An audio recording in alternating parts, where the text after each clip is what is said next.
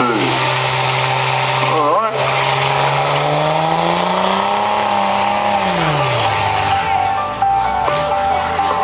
Here we go. It's now time for Adam Bergman and Peter Anderson to go down and beat the heat. Can Adam Bergman beat the heat? He's dialed in at 13.8. Peter Anderson's dialed in at 15 seconds.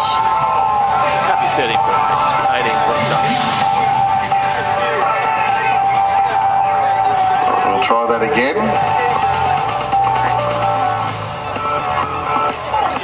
New dial in time, here we go.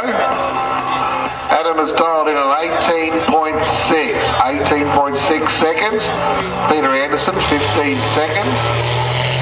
They take off at 7:07 reaction time from Adam Bergen as Peter Anderson in the Street Heat Falcon takes off down the track. And let's see who takes out the win with this one. Will Adam do it or not? Oh no, Adam breaks out by .291 of a second. .291 of a second. Adam Bergen 18.309, 70.09 miles per hour. So the win goes to Peter Anderson in the Falcon, the Street Heat Falcon, thanks to Trade Tools Direct and Total World.